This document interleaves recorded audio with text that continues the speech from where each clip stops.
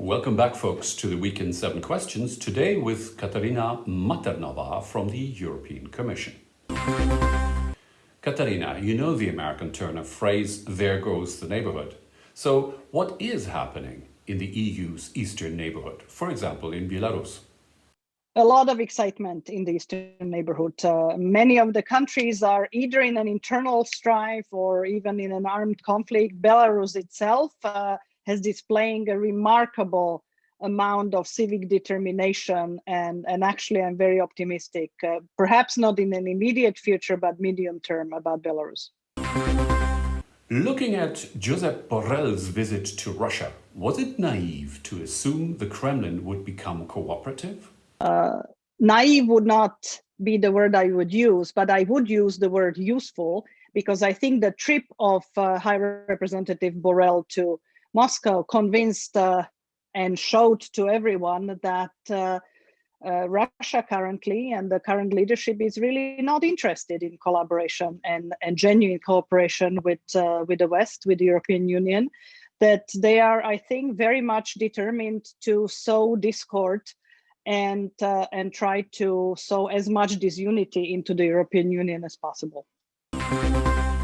It's been kind of silent around Ukraine recently. What's happening there? In fact, a lot. In Ukraine, what we can see very much is the struggle, sometimes 2 steps forward, 1 step sideways, or even back, struggle between those that want to keep the status quo, the vested interests, and the reformers. But I very much believe the reformers are having the upper hand. The amount of initiatives that in fact passed even during this pandemic year has been quite remarkable. Let me just mention one, and that's the unbundling of the Naftogaz gas monopoly, and therefore taking on a lot of the oligarchs that were active in the sector. And further east, we just had a war between Armenia and Azerbaijan, with the EU limited to observing and appealing for restraint. Well, there are parts of the EU that may have been in this diplomatic role, but we, in fact, what we have done a lot is support through humanitarian assistance and reallocation of additional, altogether upwards of 15 million euros of resources to economic and social development and post-conflict resolution. So it's not only commenting, it's actually helping the people on the ground, even in this very difficult situation. Now, according to classical realpolitik, the EU's values need to be distinguished from its interests. How realistic is that? Well, Roland, this is where you and I may actually not see or not subscribe to the realpolitik the same way. So I actually think, and we now see that with the new administration in the United States, in fact, being true to our values, being true to our principles, has proven to be also in line with our interests. What I think you do see a shift in the EU is that we are not as bashful as we were previously about declaring what our interests are. So in that sense, I think we are much more assertive than we used to be as a continent.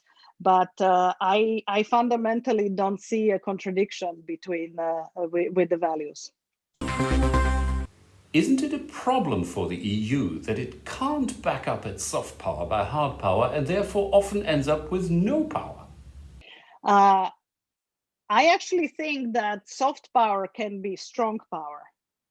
And I think that the soft power of the EU, sure, we don't have an army to back it up. That's just the reality. We are not a military bloc. But if our soft power was not strong, we wouldn't have a line of countries still trying to join, and a number of other countries frustrated that they are not in a line to join. So I think that the soft power of the EU is pretty strong.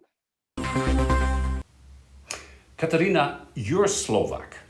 Are Central Europeans better at understanding the East than West European Putin-Versteher?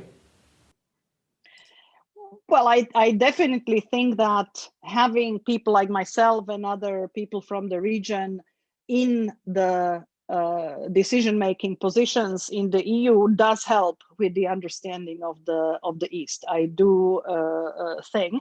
This is not to say that there are not a lot of Western Europeans that have a fantastic and profound understanding of whether Russia or the East. But I think if you talk about the statistical probability of those who understand the East, I think it is higher among the more recent entrants to the European Union. Velika vďaka, Katarína, and thank you all for watching. See you again next week with another surprise guest.